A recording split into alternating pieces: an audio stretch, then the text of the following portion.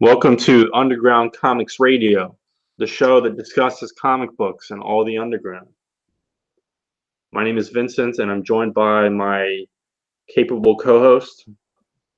I'm Mike, and I'm happy that I'm capable and not disfigured or anything. But I will say it's a Good Friday edition of the show, which means Easter is this Sunday. And Vince, in Philadelphia, I know that throwing rocks at trains is a Christmas tradition. So is throwing eggs at trains an Easter tradition in Philadelphia? I cannot confirm or deny, but we're going to get religious as shit on this show. So first we've got a little tidbits of news. Nothing crazy, but actually maybe crazy. Bill Mantlo. A lot of people should know who Bill Mantlo is. Actually, Mike Vamp. I do have a prop, and I'm gonna be unprofessional. All right, which is funny considering that you just said no. I don't have a prop 30 seconds before you hit the record button. Well, I didn't. It would take too long to grab a prop for something else, but this prop didn't take too long. Here's ROM number 1. Very clutch find for you. Written by Bill Mantlo. Bill Mantlo wrote all of ROM and Micronauts, which were crappy toys that Marvel had licensed tie-ins for, but he integrated them into the Marvel universe, and they were cult classic comics. ROM, you had art by Sal Buscema and then Steve Ditko, and on Micronauts you had Michael Golden art and other shit. He also had a long run on the Hulk, which was very acclaimed. I'll say you have it behind you somewhere, but also Cloak and Dagger and Rocket Raccoon. Yeah, created Cloak and Dagger. Here's the 3 Hulk books that Marvel has printed of his run, but it's not even the complete run. You can see he had a long tenure. And then after this Hulk run, he and John Byrne decided, let's do a switcheroo, switch books. And so Bill Mantlo leaves the Hulk and John Byrne leaves Alpha Flight.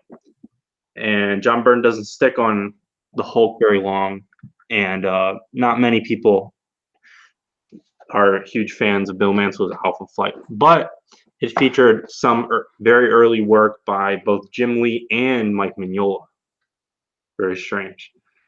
And he created Cloak and Dagger in Spider-Man comics, and while he was doing a shitload of Spider-Man stuff, he wrote a lot of Spectacular and Marvel Team Up, stuff like that.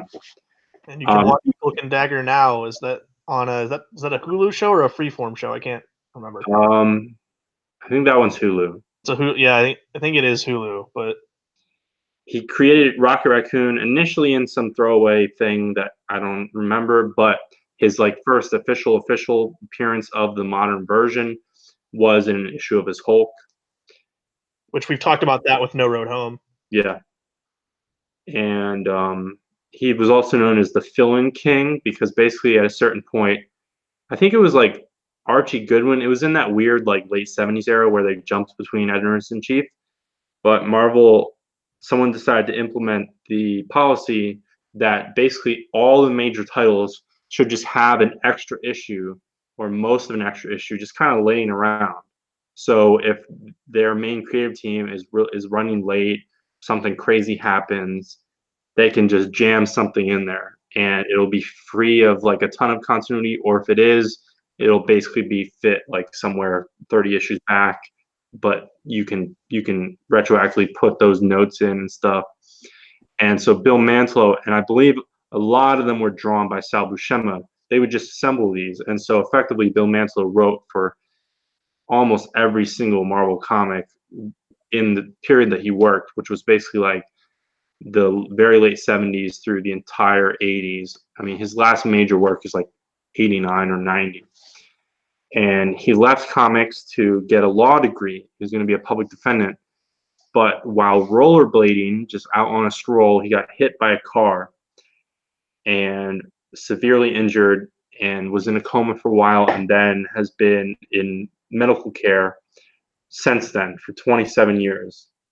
Yeah. And there's always, I'm not sure when it was set up, but as long as I can remember, there's always been like a running website where you could donate to Bill Mantlo, and every once in a while, someone would notice, hey, this thing exists, or hey, I remember Bill Mantlo's work, and so people would drum up and say, hey, go support Bill Mantlo, remember Bill Mantlo, stuff like that.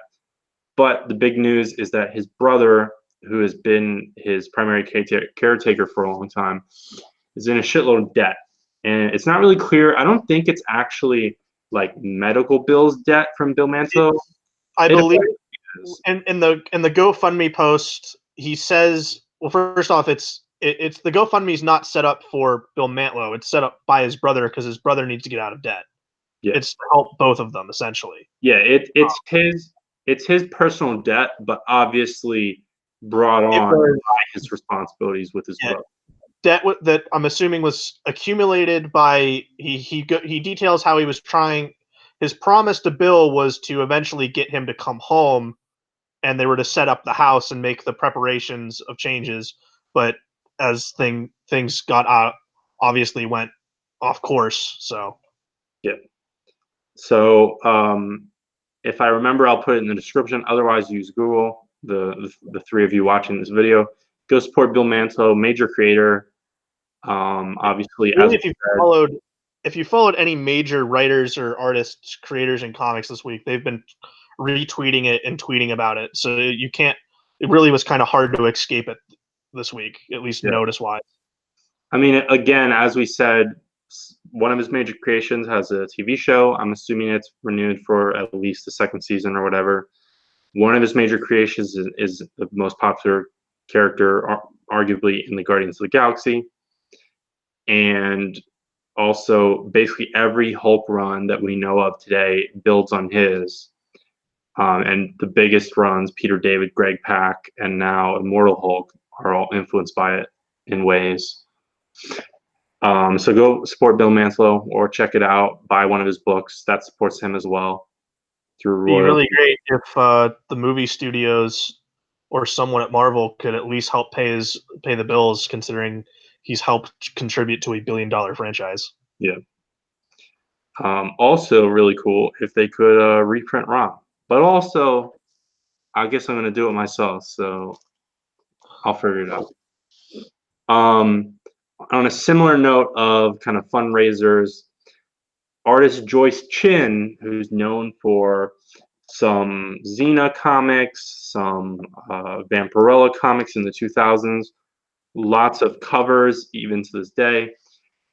And also some people, not to diminish her, but she's also known at cons and stuff because she will table obviously next to someone who happens to be her husband, and that's Art Adams. And a lot of people will know Art Adams from X-Men annuals and a bajillion other things, Monkey Man and I O'Brien. mean, he's drawing the covers to War of the Realms right now, Yeah. Uh, and Marvel Comics Presents. on their way to C2E2, Joyce Chin suffered a totally random, basically an aneurysm, like a mini stroke kind of thing. And then as that happened, you get a stroke, you're going to fall down more than likely. And so that she then like broke her ankle or something like that. So right as they got off the plane in Chicago, she had to go to the hospital, and same deal or slightly different. She's got some medical bills and stuff, and so she has to go fund me. Go Google that, check it out. Great artist, great family, I guess you could say as well. And now, similar note, still kind of fundraising. Some major, not really major Kickstarters launched just within the past few days. Jimmy Palmiotti launched a Painkiller Jane Kickstarter. So Oh wow! Palmiotti, I guess he kind of has like his own like mini imprint slash publisher now. It's called Paper Films, and Okay, it's called Paper Films. So I'm assuming he's tried to like get some film stuff off the ground. He probably has, but nothing huge. is there any news of Quesada coming back to draw it? No, I don't think so. And that's the weird thing is that obviously Quesada became Marvel editor in chief, and now is, I don't even remember his official role now, He's is creative he? officer or something. I think he's chief CCO, Chief Yeah. Creative Officer. Um, and so he and Palmiotti were Event Comics, which basically Marvel decided, let's give a bunch of our books to these guys, and then it actually really, really worked. And I think for a while, Palmiotti did have some kind of role at Marvel, but whatever happened, I'm not sure. It could be totally his decision and everything like that. But he never got like the super high level cushy job like someone like Quesada or Jim Lee. And apparently, he's launched several of these Kickstarters for various like OGNs and ideas he comes up with, oftentimes collaborating with frequent co-writer Justin Gray. Oftentimes, his wife contributes covers or interiors, Amanda Connor. And this is like his 10th or 12th Kickstarter for these graphic novels, and this is the first one where he's going back to Painkiller Jane, which I guess he worked out a deal with Quesada and he owns it, or maybe he has to fork over the CCO of Marvel a bit of cash. I would be surprised if Quesada doesn't somehow sneak a cover out of this Yeah, if they green lights. but this book, it's gonna be. I think it's Painkiller Jane book, and it's the first one in a while. He did like two Painkiller Jane series at Icon, which was Marvel's indie imprint, but that was several years ago at this point, at least 5. And I think Amanda Connor is co-writing it with him and doing a cover. The main cover, or the Kickstarter exclusive initial cover, is by Bill Sienkiewicz and is pretty cool. And I'm not certain who's doing the actual interiors. It might be, I'm not sure. But the extra cool thing is that there was this character called Monolith, which Jimmy Palmiotti and Justin Gray created at DC. And the concept of Monolith is that it's kind of a legacy hero where it's this big stone golem. It's literally like the Jewish golem myth. It's a golem kind of thing, and it's always like spiritually attached to a young woman. And I forget the character's name. And it was in the DC universe. Like there's a cross, like Monolith appears in an issue of their Hawkman run, but somehow they worked out some deal since they created the character and whatever leverage they had, that eventually the rights would return to them. So Monolith, formerly a DC character, will be appearing as a guest star in this Painkiller Jane book. Should also state Painkiller Jane has had somewhat success translating from page to screen, as it did have a one season sci-fi show in 2007. Yeah, and I think So 22 episodes and done. Didn't get a second season. There was a movie in like development for a long time, and Jessica Chastain was attached to it, but I think that may have fallen apart. Now, the other interesting Kickstarter is Jim Starlin just launched one like last night or something, very recently, and it's the definitive Dreadstar collections. Yep, I saw this on his Facebook page. They're going to put out 3 Dreadstar omnibuses, totaling across the 3 of them. They're not huge books individually, but totaling across them like 1,500 pages. And basically, Dreadstar, you had like a OGN, then you had a bunch of like short stories in Epic Illustrated, which was Marvel's old kind of indie imprint. And then you started with an ongoing series, and Starlin was directly involved through 40 issues. And so across these 3 books, you're going to have that. They're kind of expensive compared to what we're used to with like Marvel, where we get a lot of them 50% off in the first week and everything like that, even if the sticker price is high.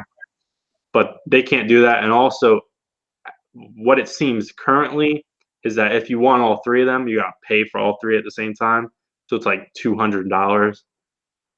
But I'm kind of considering it. Dreadstar, it interests me a bit just because it's Starlin doing like indie cosmic shit.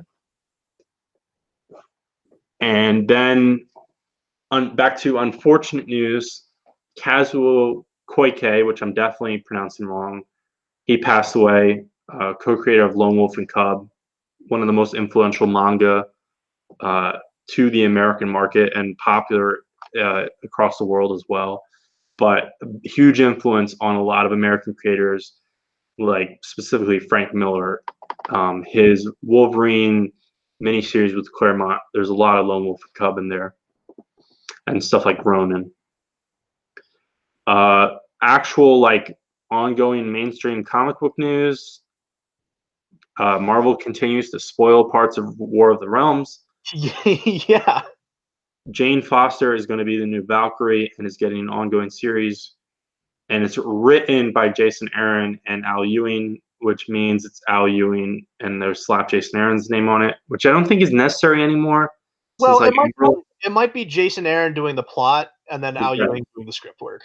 yeah, he may have handed him like a treatment Yeah. or something, but and art by Cafu, whoever, whatever the hell that means. I've never understood that. I get it's probably an acronym or shortening of something. And she has wings now, which kind of defeats the point of Pegasus, but we will see. Well, It it's kind of because just when reminds we me, get to War of the Realms #2, it's because the other one died. yeah, but like her new design, it's kind of just like, oh, you're ripping off Hawkgirl.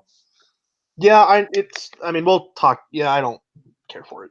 And sort of spinning out of Avengers No Road Home, which we'll also talk about, Jim Zub is the new ongoing writer for Savage Sword of Conan, which was a weird surprise to me because I swore to God that Marvel announced, or maybe the news sites just got confused and thought they announced that Meredith Finch was going to be the new writer for Savage Sword, but it seems like she's just doing a one shot.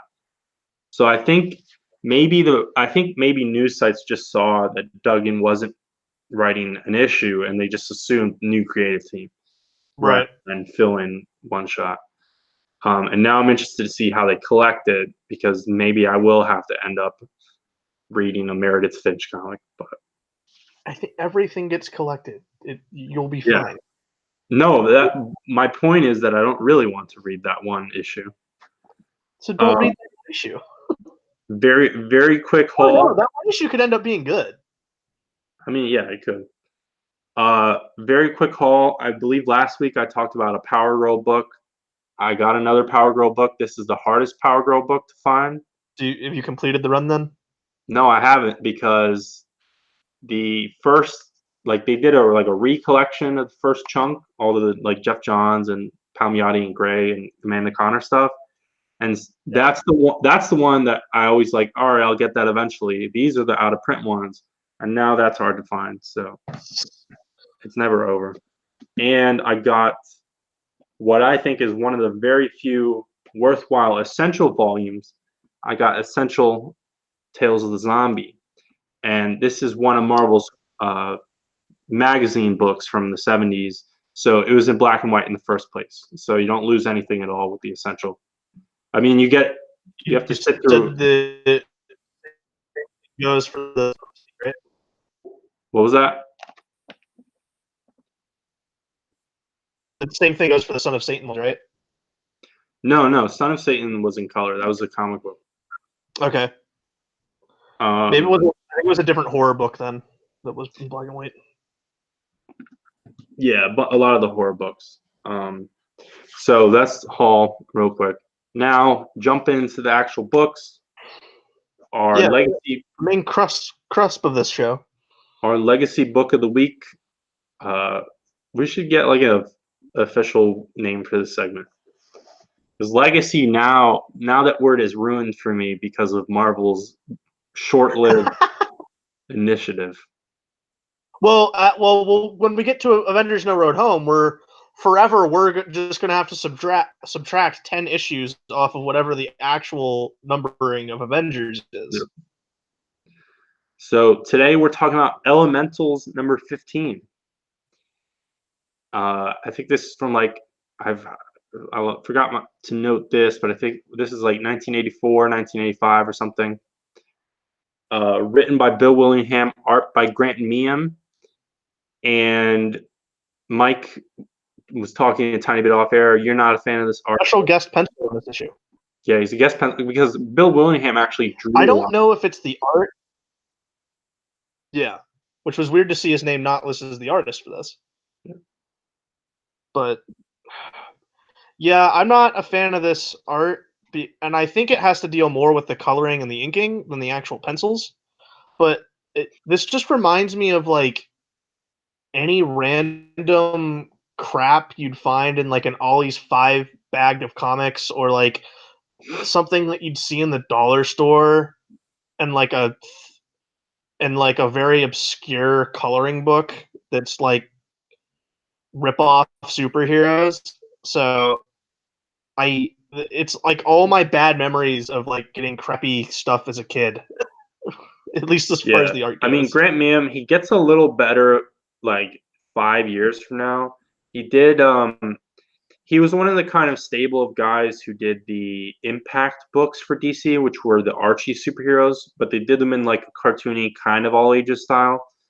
Um, and he was still even there like the weakest link because he was up against like Mike Parabeck. Uh, Yeah, I can see. Yeah, but eventually he gets a little bit more cartoony, a little more fun. But he's not great here. As far as the art goes, also I haven't read much of it, but I know that Elementals, like overall, especially the beginning stuff, is one of those cult classic '80s books.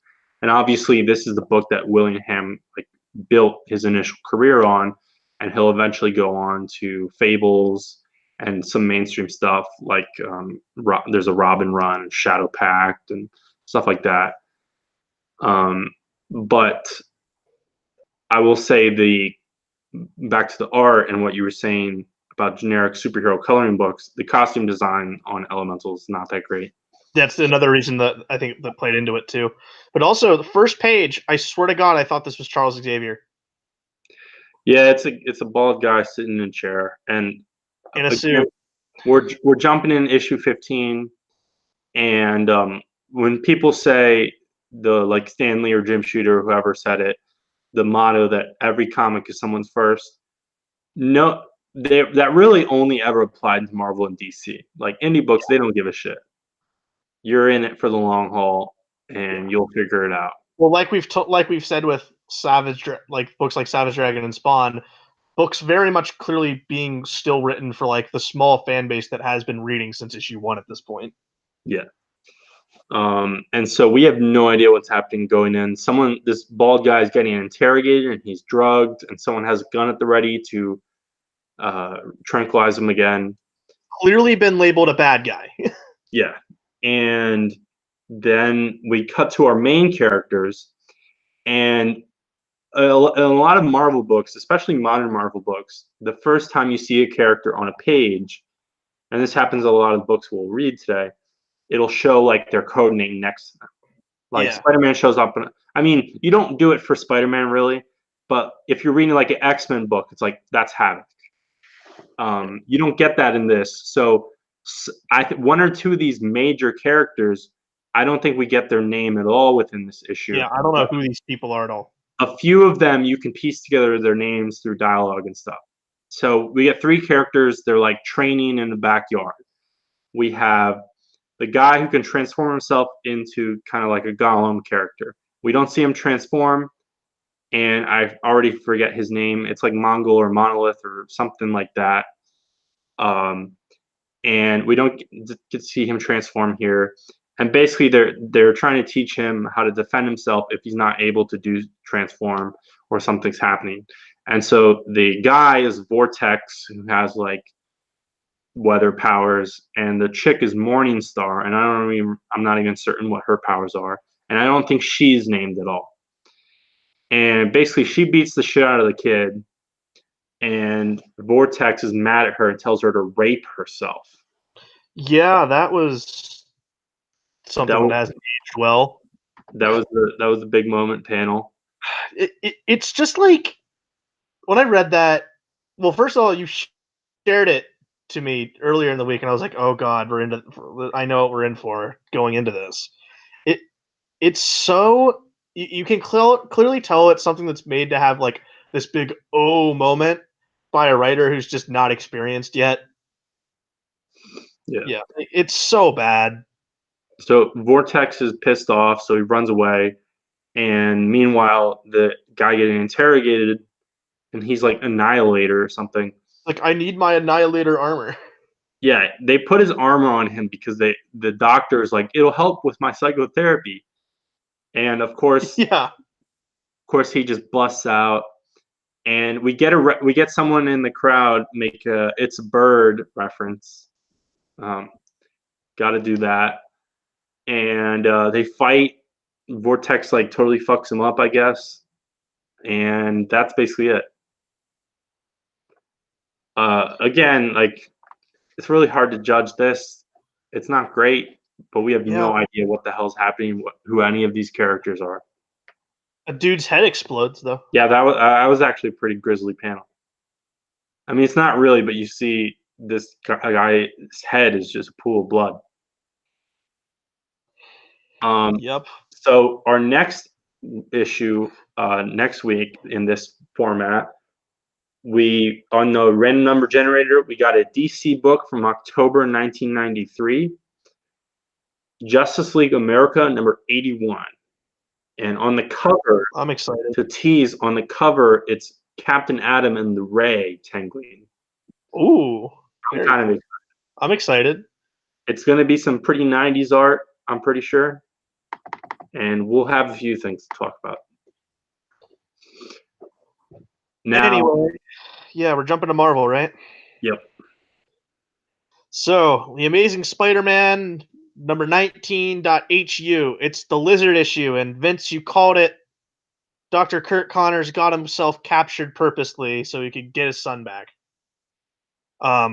Nick Spencer, Chris Bocciolo, who did the 2-issue arc earlier with kind of the dealing with the Lizard's family and saving Aunt May and the crumbled coffee house.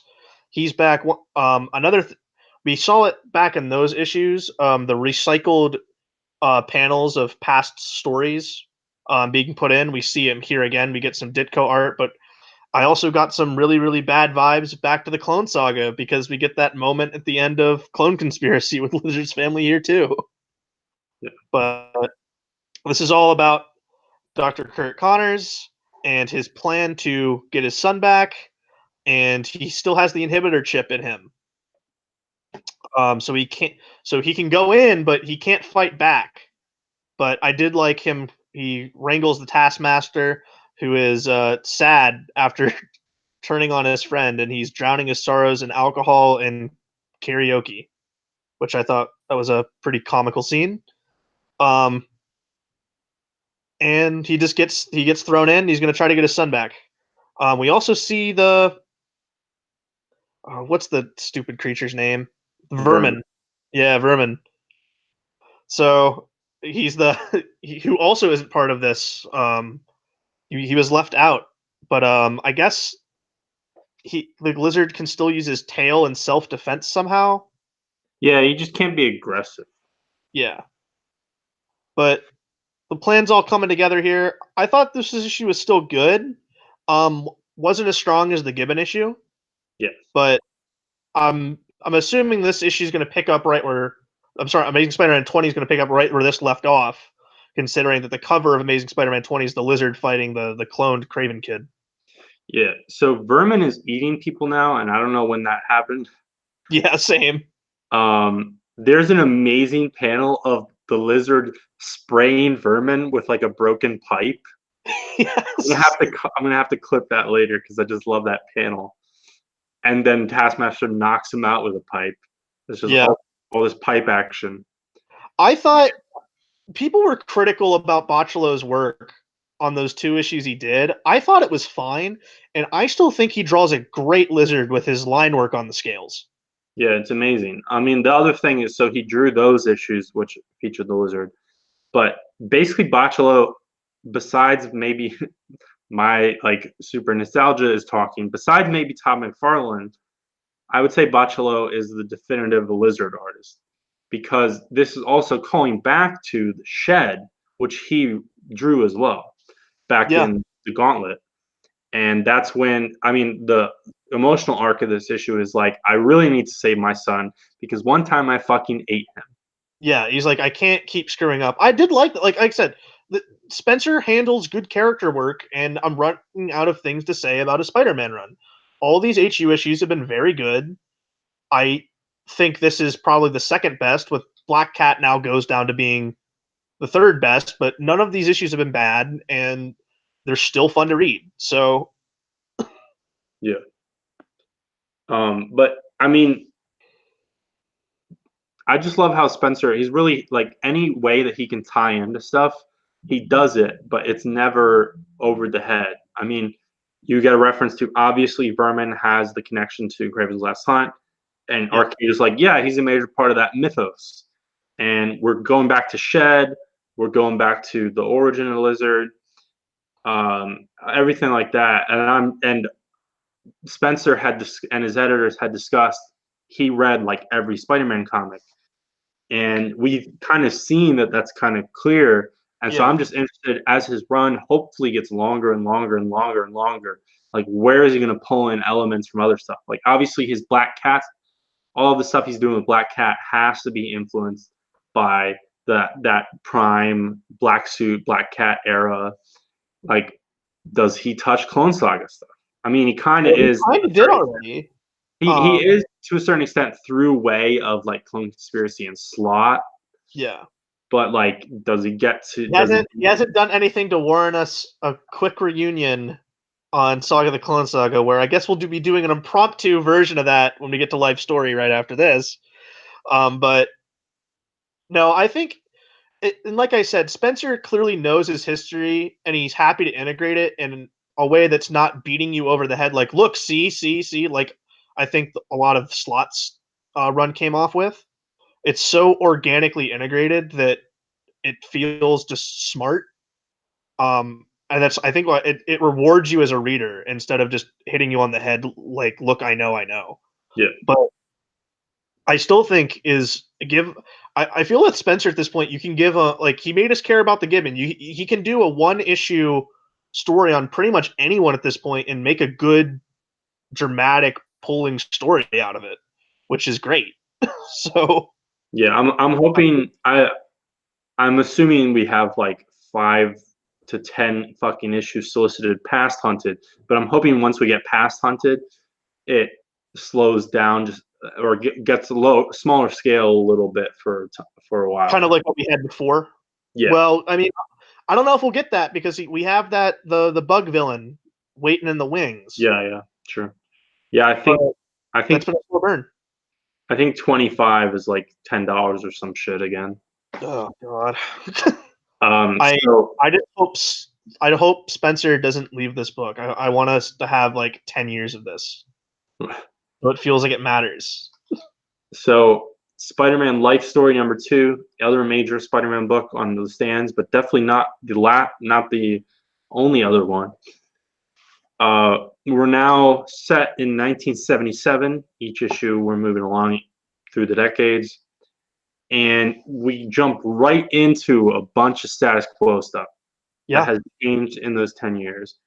Peter Parker is married to Gwen Stacy, and she works for Miles Warren in a lab. And he seems, I mean, we don't see him for a little bit, but he seems fine. yeah, he seems fine, but at any time I've been pathologically conditioned at this point to know that if Miles Warren shows up, nothing's going to be fine. Yep. Flash Thompson died over in Vietnam, and everyone's blaming it on Peter. And Well, MJ blames it on Peter, but I don't think Gwen does. well, no, she doesn't blame it, but like everyone who knows he's Spider-Man, they're like, you could have gone, and maybe you would have saved him. Who knows? Well, it's 1977 and the Vietnam War is still going on. Yeah, and it's kind of implied that maybe the superheroes are prolonging it. Iron Man, Iron Man, and Giant Man now are out there on the U.S. side stomping some Viet Cong, and Cap is kind of just doing his own thing. I Cap was is kind of he's like, yeah, they imply he's not just helping the Vietnamese, he's saving people on both sides. yeah, I was kind of caught off guard because I know we were gonna skip time, but like it seemed like the last issue, it's like it seemed like they set up for stuff, like they were Yeah, teasing things, and we don't really get back to any of them. and this is only going to be 5 issues, so knowing going in we weren't going to have much time to expand on anything we saw. I do say interesting take to have the Vietnam War prolong as just a counterpart, Watchmen, ends it earlier, right? Yeah. And on the other hand, Pete works with Reed Richards and Otto. And Uncle Otto. yeah, Otto's reformed, and they don't say it right in your face, but I guess he's married to Aunt May, Uncle Otto. No, they come out and say it. Well, they say Uncle Otto, but they don't say like. I took a similar path until you offered me this chance, and I found May. Oh, okay. Yeah. Yeah, I must have skipped that. And Zdarsky kind of hints that Peter Parker majored in electrical engineering, but this is an alternate universe. Yeah, so still. And Miles Warren, he kind of offers Pete a job, but Pete's like, "I'll think about it. I don't like all these creepy floating limbs." Well, they're working in bio, but it's the machines that will need upkeep, which is why he offers him the job. Yeah, and we start seeing some of Spider-Man actually in costume, and he has dumb armor pieces I now. hate this. This is terrible. Yeah, it's really stupid. You know what's coming in And the next issue, right? Because it's the '80s. I'm saying Black Suit's coming in the next issue. yeah, it's kind of there's a last page. There's like a next cover tease kind of thing. Harry Osborn visits his dad in prison and gets told some kind of secret, and we catch up with him with through Peter, and he's engaged to MJ, who is a Yep. disco DJ, and they're both a mess. She's drunk, and Harry's like tripping on drugs. She's like, oh, she literally goes, oh, he mixed up his uppers and downers again. I was like, oh God. Yeah, but also, I mean, we're still following continuity pretty closely. Harry on drugs, Yeah, and and uh, he was with MJ at one point. just like also just like main continuity, MJ knows that he's been Spider-Man forever. And she calls him out, and then Pete gets in an argument with Reed Richards, who won't share his unstable molecules with the world because it would wreck the textile economy, which is an interesting idea. And Well, that's always been. Well, they've said that they go into that also in Wade's FF run. Why the unstable molecules aren't available to the public? It's because Reed doesn't trust other people with them. yeah, well, also that's something like you just can't ask those kinds of questions too much in comics. It's like Yeah. it's like why does cancer still exist? Why is Professor X in a wheelchair when there are characters that can heal and blah blah blah. It's like just Well, don't to think be about fair, at least in that one, I think Professor X has probably spent more time out of a wheelchair than in one at this point. it. And we learn that Invisible Woman Sue left Reed for Namor. Yeah. Harry Osborn shows up. And Peter, you get slapped. Harry shows up as the Black Goblin, which whatever, totally unnecessary reskin. Bad costume here, by the way. And reveals that Miles Warren has clone tubes, of course. Welcome to the Saga of the Clone Saga impromptu. He's supposed to be cloning Norman Osborn because I guess he's going to blame his crimes on the clone and then get out of prison. But just because he's got a Peter clone and a Gwen clone. And so Harry throws a pumpkin bomb, blows them up, and Gwen's like, hey, they're still people. You gotta go save them. So Pete saves his clone, but the others didn't make it. And Miles Warren reveals it was a switcheroo. The real Gwen just died in the explosion, and the clone Gwen has been sleeping in Pete's bed and going on dates with him and working in his lab. And so then we cut forward a little bit. Ben and Helen Parker, and that's the Peter clone and the Gwen clone, they go off to live together. Yep. And then in the end, MJ embraces Peter as the next issue is going to be touching on Secret Wars. And I don't remember. Secret Wars, not Secret Wars. Yeah, I don't remember where they place Venom on the covers and stuff. I don't remember if that's also next because I mean Venom technically appears first in the 80s, like 88, or if they put him in the 90s. This has been it's more just fan fiction, fun fan fiction at this point than what we thought. We thought this was going to be Marvel's through the eyes of Spider-Man, and it's Yeah. not what we originally thought. Yeah, I don't really like it, to be honest. It's I don't not like it. I think it's fine. I think it's a fun little ride. But I thought going into this, oh, this is going to be a prestige hardcover that I'm going to love to put on my shelf next to Marvels and like the Marvels project. This is no longer that, but I think it's still a fun book. I still like Bagley's art, and I think Zdarsky is clearly having fun here. So I don't think it's bad at all. It's just now that I've gotten 2 issues and I've settled into, okay, this is not what we originally all thought this was going to be. It's still interesting. Yeah. Something that is unquestionably awesome. Mike, take us over to Avengers, whatever the fake legacy number is. All right, yeah, okay. So this is Avengers No Road Home number 10, Legacy number 717. So just remember to subtract 10 from now on for every Avengers book with an actual legacy number on it. So the current Avengers book that comes out next week will be 711, not 718, which I know they're going to say. Marvel, you can't have your cake and eat it too with this. This is like if they were start. This would be like if they pulled in the Spectacular Spider-Man issues and said that those are all part of the same book. No, it's not. I wonder But if this is. Star Wars has legacy numbering, just side comment, because they could I do. gotta look. I'm gonna look next time I'm in a comic store. I'm gonna look. Um, but hey, it's the big finale. It's the oversized finale to the book we've enjoyed along the way.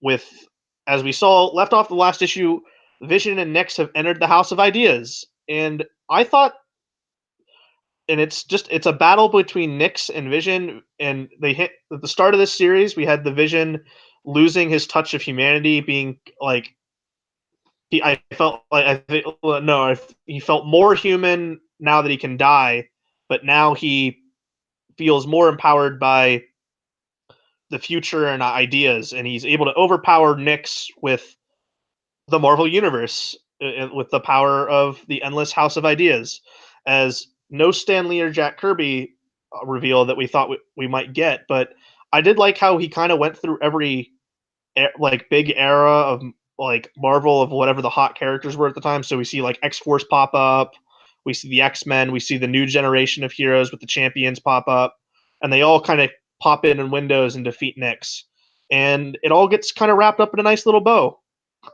with a beautiful splash page of like the whole Marvel universe jumping into fighter. That was probably easily page of the week. Um, I don't know because the very next page is like equally as cool.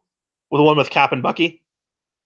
Yeah, basically Cap like jumps through the Captain America Comics #1 cover and punches Nyx in the face. Yeah, And then the other half of the page is the Human Torch coming out of the wall like Marvel Comics #1 and coming after her. true. I mean, both incredible pages. I loved this. This was great. Um, and then it all kind of then we wrap up. Everyone says our goodbyes. Hercules is he goes back to Olympus and he gets a new costume, which I'm sure you hate. I thought it looked all right, and we're gonna get Greek gods in space. Yeah, I like the. I mean, I'm fine with cosmic Greek pantheon, but these new designs, like Hercules, is suddenly like all shiny blue, and Oh, he's green. I liked his new look. I liked the little gray no, in no, his no, no, beard too. I meant to say Zeus actually. Yeah, Zeus is the one that's like glowing blue energy. I don't like Zeus's design remotely, and I think Hercules' costume is pretty dumb. I don't like the colors. I don't like the design, but whatever. But I'm excited. I don't know where they're gonna go with this. I mean, there's Well, nothing announced. Voyager goes back and sees that the Challenger's not there, and Conan is in the Savage Land, which I'm guessing this sets up for Savage Avengers. Yeah, I guess that's probably where it'll pick up. I Um, did like the moment with I like the moment with Brother Voodoo, Scarlet Witch, Vision, and Hawkeye all in the coffee shop though. My super nitpick is that I think that hat looks stupid that Scarlet Witch is wearing. But yeah, everyone gets their epilogues. Monica and Blue Marvel embrace. She's a little chilled out, not as She's a little bit. Is it implied that she's just totally out of power, or she's just weakened considerably? no. She's I think she still has all her powers. She's just not like omnipotent anymore. Like Okay. she can die like a regular person and get like shot if she's not in energy form.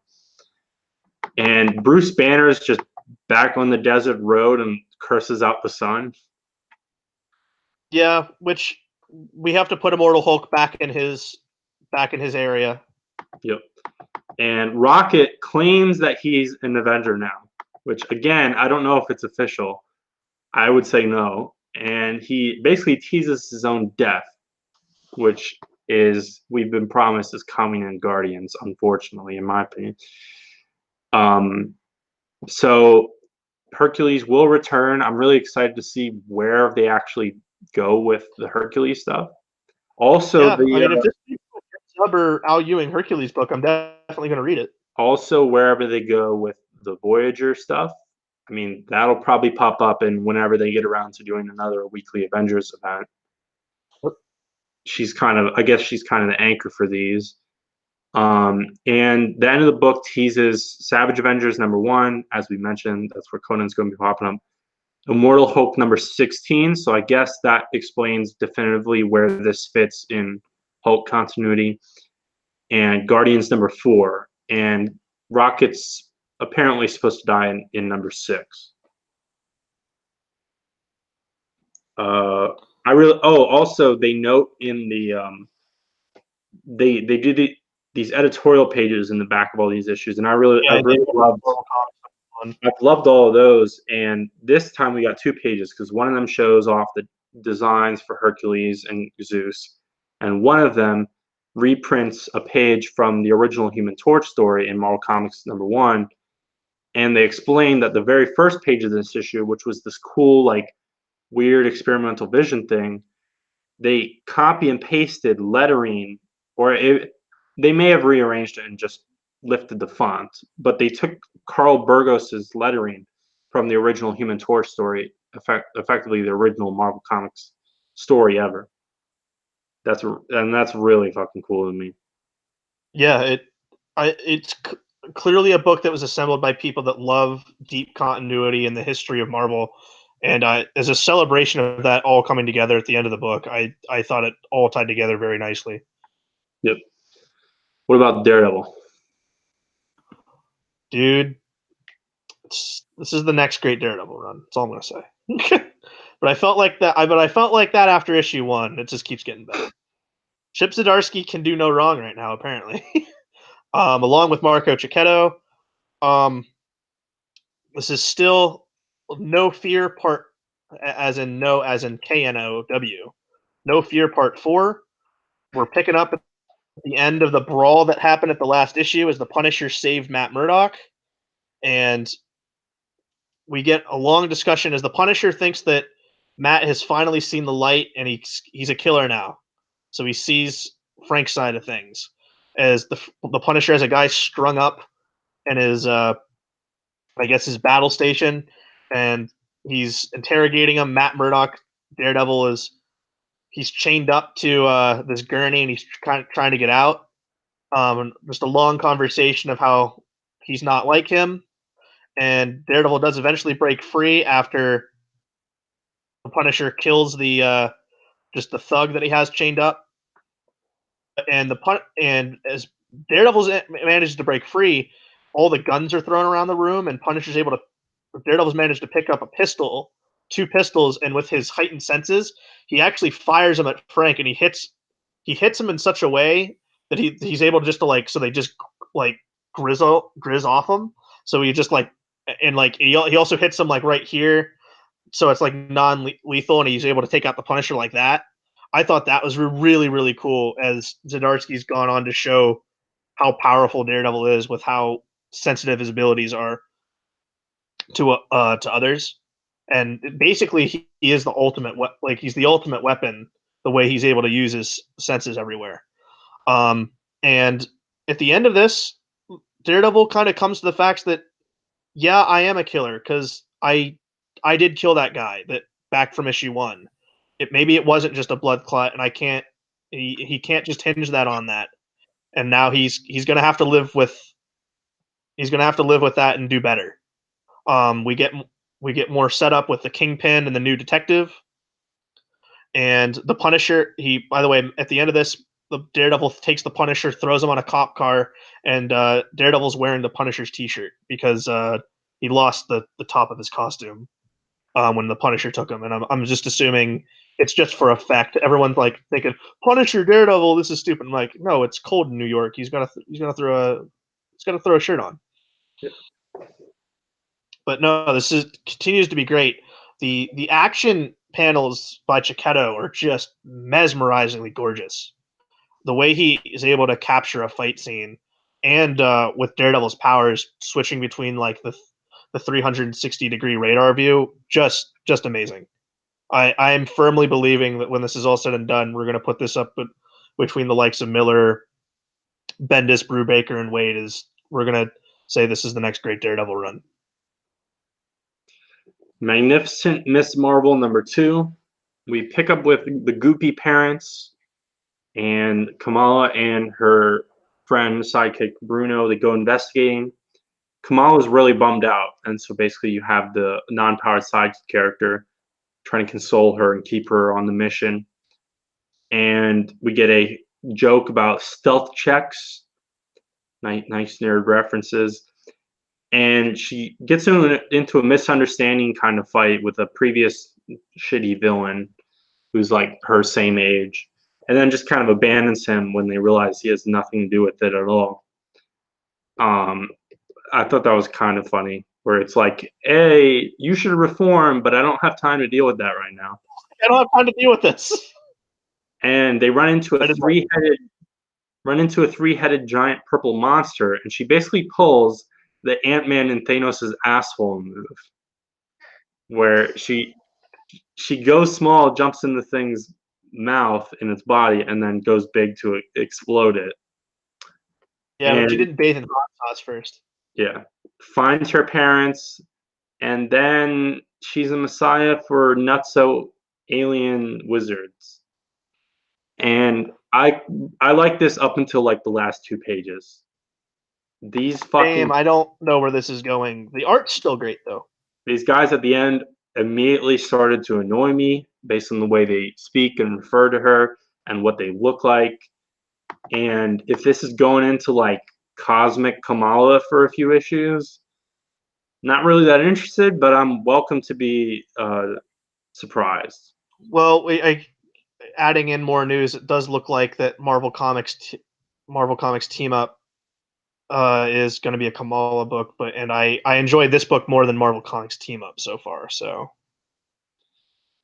Other well, I don't know what I was gonna say. Other book, Meet the Scrolls #3. Nothing really happens in this issue. is this it? No, I I think it's 5 issues. So this Okay. is actually a halfway point. The parents are on a mission doing some scroll spy shit. They keep flashing back to how mostly the father keeps flashing back to how he lost his one daughter. She was on a mission with them and died in an explosion. And the older sister kind of goofs up. She's like kind of sloppy with her sleuthing, but she gets her mission done. And then they all connect at the end. They think that the one daughter who's like the misfit is dead, and everyone shows concern clearly. But it turns out she killed the scroll hunter, which she ran into at the end of the last issue. And that's it. Nothing really happened. And the character, what I thought was the main character, the misfit girl, she's not in this book for 99%. She only shows up in the last page to say one line, and it's a splash page. And that's the character that I actually cared about in this series. So I found this pretty disappointing. Not much happens. It's a weak middle chapter, and I'm hoping we get back to a little bit more of the actual character stuff to round this out. And but I Still good though, or not yeah, I disappointing? still it's definitely this was a weak chapter, but I still really enjoy it. It's interesting seeing some of the scroll angle stuff, and the art is really good. Now, on the other hand, of books that I don't understand at all, and I'm probably definitely giving up on, Major X, only the second issue. No, you started this, you finished this. We start out with a flashback, I guess. It's not really clear at first. We get the origin of the existence. It was like mutants were in a really bad place, and some uber powerful guy created a portal, and all the mutants just dipped. And I guess the Atlanteans just hitched on for a ride, even though the Atlanteans, they're not mutants or anything. Namor just happens to be a mutant. But the Atlanteans just went, and now in the present, uh, Cable takes Major X and Wolverine to Greymalkin, which is his dumb like underwater base. I don't remember that much about early X Force.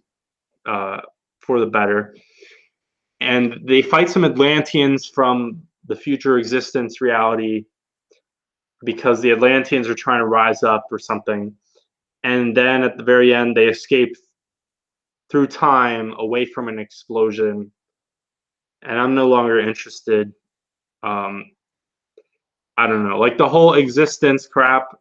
I actually don't care about at all. To me, it was just interesting to see this stupid looking character and Rob Liefeld like drawing Cable, Deadpool, and Wolverine.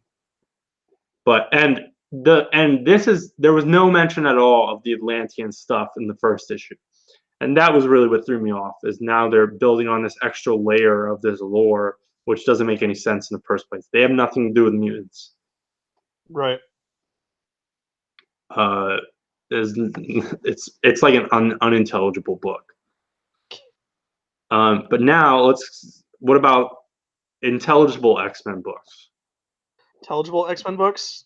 Well, Uncanny X-Men's still good.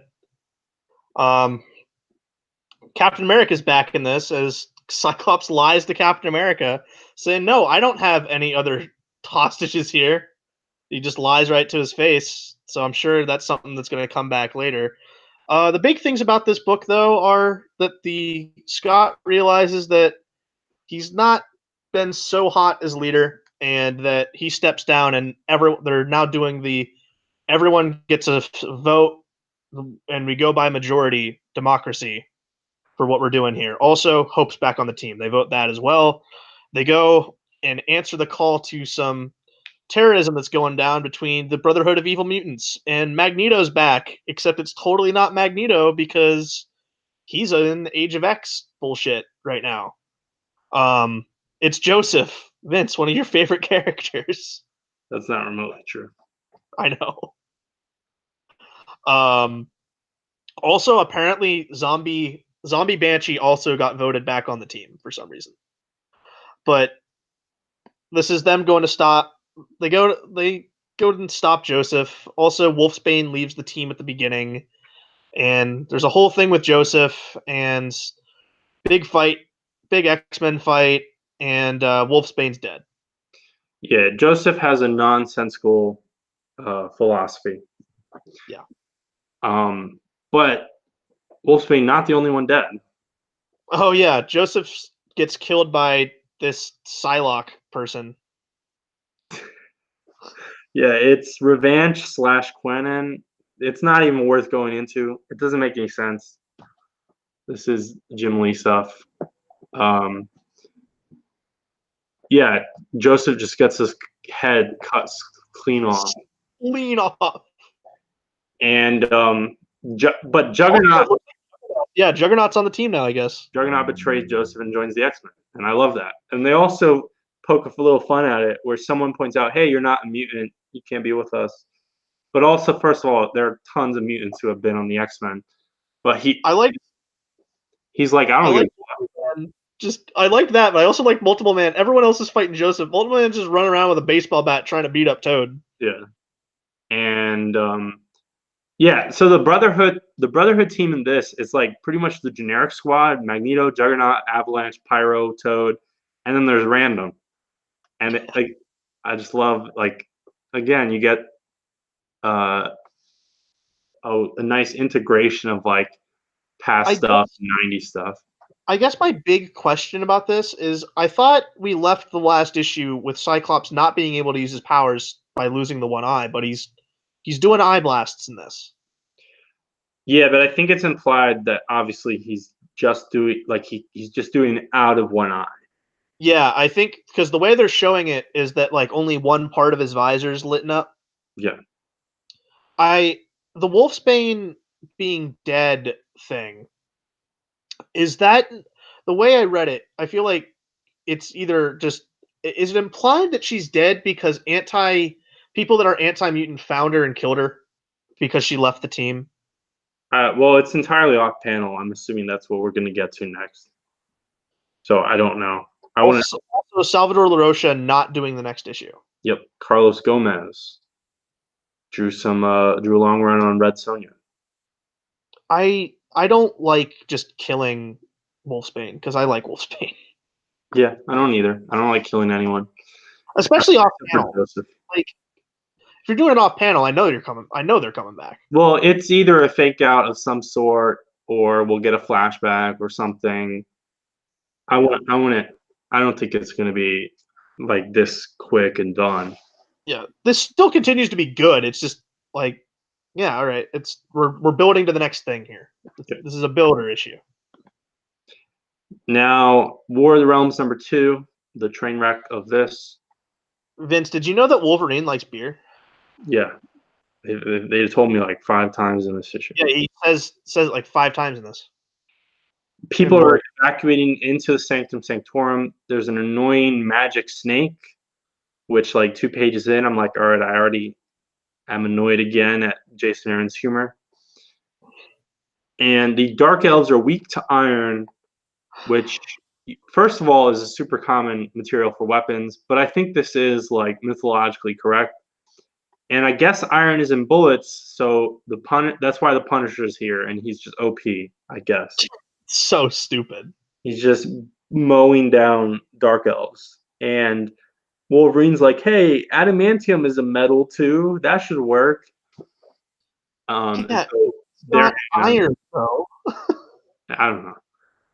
And I don't understand.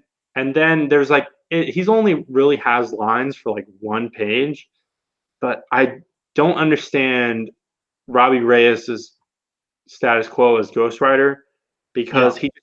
he just talks completely as himself, but with the Ghost Rider lettering and everything like that. Whereas most prior Ghost Riders, it's usually like a personality shift, like the Hulk and stuff like that. Yeah. And Or at the beginning of Danny Ketch's case, it's a totally separate entity living within him. I'm assuming that that's the way Robbie's always been, or maybe Jason Aaron changed that. The small amount of stuff I've seen Robbie in, this has been the consistent. So yeah. Odin is alive, so the beginning of the first issue is totally pointless. Totally pointless. But he's limping around or whatever, and he comes in with the Valkyrie. Iron Man has a really awful line in this book. Oh my god! Yeah. He's like, if this is what heaven is like, Norse heaven is like, I'm gonna convert. But he's definitely met Valkyrie like hundreds of times. Yeah. And then Strange trying to evacuate more people, but accidentally teleports everyone away to Avengers Mansion or Mountain, and which allows Valkyrie to be the last one standing, and she gets herself killed, her head cut off, or no, she gets stabbed in the chest. She gets stabbed to the chest By Malekith. So Valkyrie's dead, and like before this issue even came out, I believe Marvel announced a new Valkyrie series starring a different character. Well, it's hinted that Jane Foster is going to become something, and I thought they were going to give her back the hammer.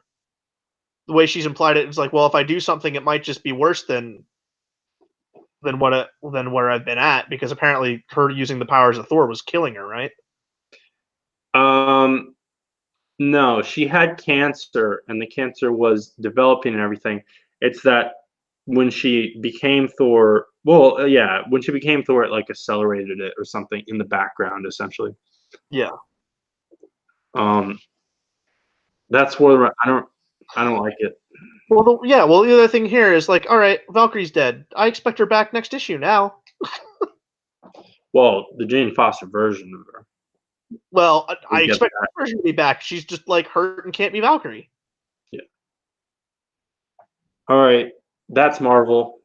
Let's go some DC books. Mike reads more DC than I do, and we don't read that much DC in general.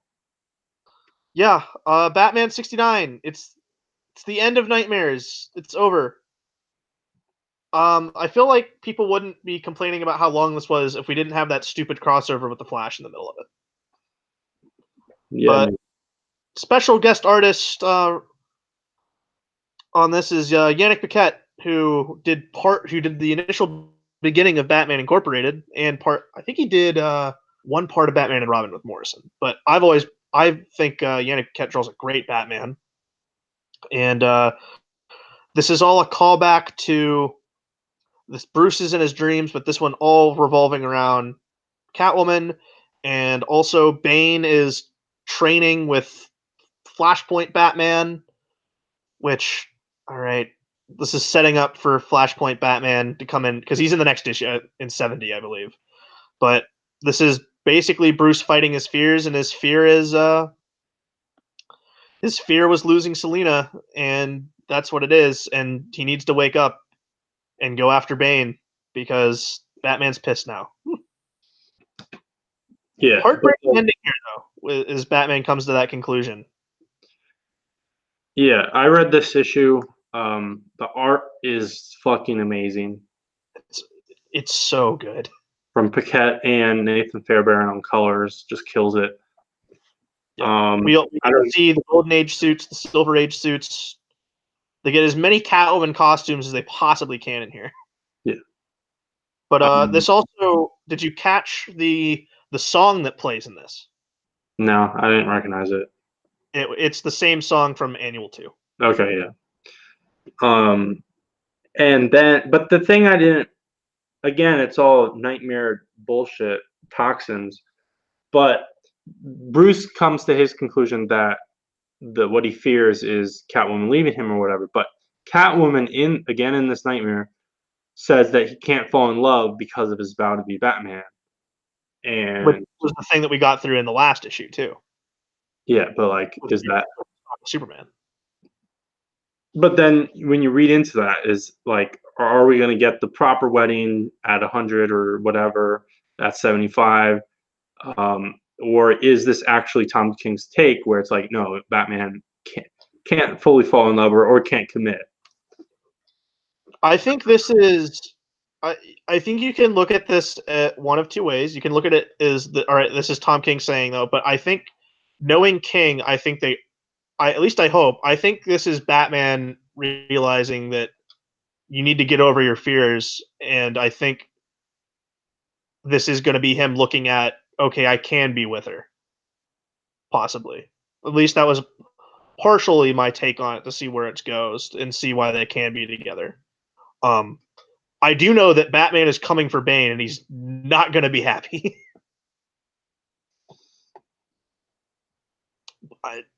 I still thought the issue was good, and I am excited for another Batman Bane showdown, as King has done that well before. So the book keeps being good. What can I say? Heroes in Crisis comes out next week. If you want me to complain about Tom King, I'll do it then. Now, am I reading this correctly? Did you read another Bat book? I did. I read Nightwing 59 because Dan Jurgens was on it. And I was thinking, all right, maybe it's good. Oh God, no. This is terrible. This is Dan Jurgens and Chris Mooneyham, and this is still Rick Grayson. It's so bad. Rick is training with Malcolm Hutch, who is, for all intents and purposes, Axewing. He's a goth. He's a Bloodhaven firefighter that is moonlighting as another Nightwing. Like, apparently, there's multiple Nightwings that are going around, and he gets the distinction of having the crappy red costume. The art in here I thought was all right. A lot of this issue is him training with Malcolm, and both of them going, "Wow, you're really really good at this." And Dick and Rick is like, "Yeah, I know I am. I just have trained with the best. I know I trained with the best, but I don't know that it was Batman." And Nightwing is so screwed. Like, just reboot it at this point. It's so bad.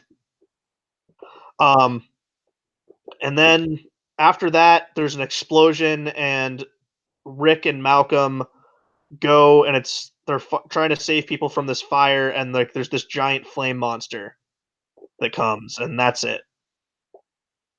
I'm not staying with this.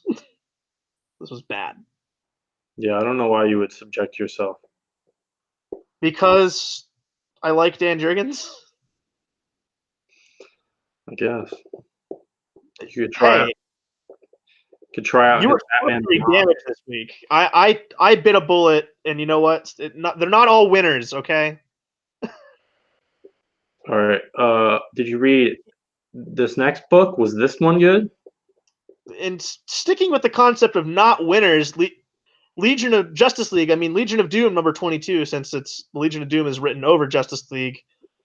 This does tie into the current arc, but it's this issue more or less, and emphasis on the more, is just Tinian rewriting like the history of the DC universe, giving new backstories to the Anti-Monitor and Monitor and their stupid brother from the last issue. I hate this. It like this godmother created everything, and they all had jobs to watch over it, and they've all failed. That's basically what we get from this. It totally retcons everything from Crisis on Infinite Earths. So this immediately turned me off. I do not like what's happening in Justice League at all. Sounds awful. Yeah, it overly wordy too, like convoluted, and the much more interesting stuff is happening off panel, like with the Legion of Doom showing up and using Batmite to help fight Mixie. Like that's what I want to read. I don't want to read this stupid retcon about the Monitor and Anti-Monitor and their dumb third brother now. Like I don't care. Hate this book. I'm not sticking with it. Don't stop retconning the history of the DCU. It's convoluted enough as it is. Speaking of books I don't really care about, NAOMI #4. This is only going 6 issues, I think, so we should be moving along. I liked this though. I thought Nao- this was Naomi's dad has a spaceship, and we get some Bendis dialogue. And Naomi oh says, yeah. Naomi says, "This is your spaceship?" Yes. From space? Yes. And there's reference that her father. So her father's Ronian, same planet as Adam Strange, and he was involved in the first Great Rann-Thanagar War. And he talks Which about I guess they're back to canon now. yeah. And he was sent to Earth to find a Thanagarian. And the Thanagarian is the mechanic guy, D, that we've met already. But he's like, I don't really give a shit, and this Thanagarian is totally chill, so I'm just going to stay on Earth and abandon my mission. And he sees this woman on the street, and it's just like, I'm going to marry this woman, whatever. We first see her with green hair, nose studs, and black lipstick. And then at a further point in the flashback, she has pink hair, and then she has blue hair. You forgot when she had white hair too. Yeah. So she's eclectic, I guess you could say. And there's a funny moment where, so Naomi's mom finally comes over, and Naomi's like, "You just told mom you're an alien?" And he's like, "Of course, I loved and trusted her." And it's pretty clearly like a dig at Superman, or a joke. They're not like Not shit. not helping considering that I'm not enjoying his Superman run. Yeah. And and another parallel to Superman, this couple, since one of them is an alien from Rann, they can't conceive, and so one day a bunch of signals go off, and a bunch of Dumbos come through a portal in the middle of a field, and they try to kill a baby, but it seemed like they left the baby. I don't honestly. I'm not 100% certain what happened Yeah, there, it's very weird what happens here. but he gets stuck with the baby, and but they wanted a baby, and it was swallowed with some dumb rock thing, which to me I had no idea what the fuck this is, and they act like I should. I Okay. believe Know that I symbol? no, should I? I think it's some Snyder bullshit, right? No. It's the White Huh? Lantern symbol. Are you sure? Yes. Okay. Well, then I don't know what the hell does that mean then? She's connected to the life entity somehow. I guess, but I mean the gist is never trust marketing text because this issue was hyped as ooh, her origin, we're going to find out who her parents are. And Well, we did. no, we don't know who her parents are. Well, that's that's true. We know who her adoptive father is I and mean, her mom. plot-wise, nothing happened in this issue. Well, that's not true. She got the MacGuffin.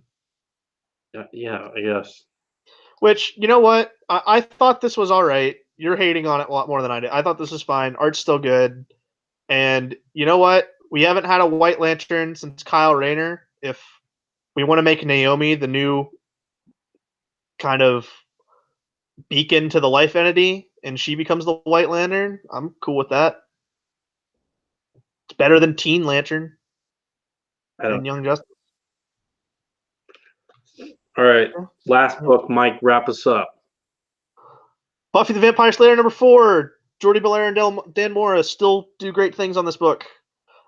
This issue, more we get a montage of what's been going on with Buffy and the Scooby Gang, and a little bit of what Drusilla and Spike are planning. We get a thought bubble of Cordelia apparently has a crush on Spike, which that's a definite change from the TV show. But as Buffy and the Scoobies are training, they Giles senses that something big's eventually going to happen soon, so he gives them the night off. So Willow decides to go to the movies. They're all going to take a movie night, and Buffy lost her phone with the fight with Drew and Spike in the last issue, and she's still without it. So what happens is Xander starts getting texts from who he thinks is Buffy, and he thinks that she just wants to hang out alone with him, as Xander's been going through his kind of depression about like not having feeling like he doesn't really have a place in this, as his friends aren't really his friends, they don't care about him. So he's heartbroken to learn that he got ghosted. Also, Willow invites oh crap, I forget the guy's name. So I gotta go search and look for it. But it's the principal from season 7. He gets invited to the movies as like the pseudo date for Buffy to hang out. Robin Wood is his name. So that's another working of a character into this book a lot sooner, obviously, because Robin Wood in the show didn't show up until season 7. He's the new Sunnydale principal that is Buffy's boss, because in season 7, Buffy becomes the counselor at Sunnydale High School. But Robin Wood here is just he's like I think he's a track and football athlete at Sunnydale High. But he comes to hang out with Willow, Rose, Xander, and Buffy. But Xander never shows up, and he's confronted by Drusilla and Spike, and he gives in to them, and he gets bitten by Drusilla. At least it's implied, and he's going to become a vampire. And over a corner, we see Angel looking around. So Angel has finally made his debut, and the next issue it says one down, which I'm thinking Spike and Drusilla's plan is to take down the Scooby Gang, and they've already got one with Xander. So definitely doing something interesting with Xander. Possibly if he becomes a vampire. He never had, because he was always kind of the odd man out in the TV show. He was the guy that he was just the funny guy. He didn't have any special skills like the rest of the Scoobies. He got brainwashed into becoming a soldier once, so he like retained all military knowledge. So that's really the only thing that he had powers wise compared to everyone else in the show. So if he gets vampire powers, that definitely makes him more useful than he ever was in the show. But very interested and excited to see where this goes. Still liking this. All right. So that was all the books we wanted to talk about this week. Well, I don't want to talk about all of them. Like if I could go back, I wouldn't read Nightwing or Justice League. Tune in next week, where at the very least we will be reading Justice League America number 81 from 1993, and I'm very excited for that. Stay tuned, because next week is Heroes in Crisis number 8, where everything's gonna be revealed. That's what it's telling us. We'll see. Probably they only have 2 more issues left, and they Yeah, haven't. we got one more after that. There hasn't But been the any next plot. issue is that beautiful cover by Jared's with Wally and his family. Yep. All right, tune into that one. Thanks for watching this one. Bye bye.